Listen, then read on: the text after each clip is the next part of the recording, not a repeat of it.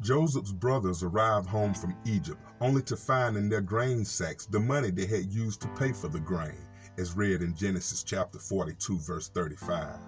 Some months later, when it was time to return to Egypt for more food, Jacob instructed them to take money so that they could pay for the previous purchases as well as for additional grain. Jacob did not try to get away with anything. He was a man of integrity who paid for what he bought, whether he had it or not. A reputation for honesty is worth far more than the money gained by compromising it. Welcome back to the program, everybody. I'm Reverend Said, and this morning we're going to start our reading at Genesis chapter 43, verses 1 through 18. The brothers return to Egypt. And if you ain't did it already, please go ahead and hit that subscribe button, like, share, and comment on any video on this channel. All right, let's go ahead and jump into our reading of Genesis chapter 43, verses 1 through 18. The famine continued to ravage the land of Canaan. When the grain they had bought from Egypt was almost gone, Jacob said to his son, "Go back and buy us a little more food." But Judah said, "The man was serious when he warned us. You won't see my face again unless your brother is with you. If you send Benjamin with us, we will go down to buy more food.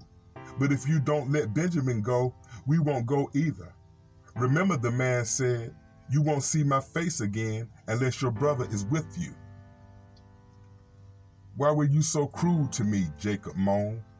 "Why did you tell them you had another brother?" "The man kept asking questions about our family," they replied. He asked, "Is your father still alive? Do you have another brother?" So we answered his question. How could we know he would say, "Bring your brother down here"? Judah said to his father, "Send the boy with me, and we will be on our way. Otherwise, we will die of starvation. And not only will we, but you and our little ones. I personally guarantee his safety. You may hold me responsible if I don't bring him back to you. Then let me bear the blame forever. If we hadn't wasted all this time, we could have gone and returned twice by now." So their father Jacob finally said to them, "If it can't be avoided, then let's do this. Pack your bags with the best products of the land. Take them down to the man as gifts: balms, honey, gum, aromatic resin, pistachio nuts, and almonds. And take double the money that was packed in your sacks, and it was probably someone's mistake.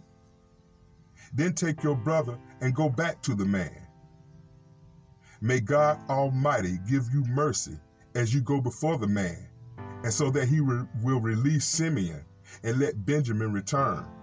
But if I must lose my children, so be it." So the men packed Jacob's gift and doubled the money and headed off with Benjamin. They finally arrived in Egypt and presented themselves to Joseph. When Joseph saw Benjamin with them, he said to the manager of the household, "These men will eat with me this noon. Take them inside the palace, then go slaughter an animal and prepare it for a big feast." So the man did exactly as Jacob told him and took them into Joseph's palace. The brothers were terrified when they saw they were being taken into Joseph's house. "It is because of the money. Someone put it in our sack last time we was here. They said, 'He plans to pretend we stole it. Then he will seize us and make us slaves and take our donkeys.'" Those gifts of balm, honey, gum, aromatic resin, pistachio nuts, and almond were highly valuable specialty items not common in Egypt, and because of the famine, they were even more rare.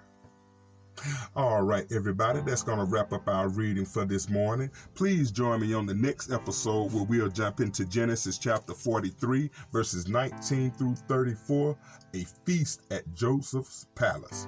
It's been great having y'all. Have a blessed rest of your morning. God bless.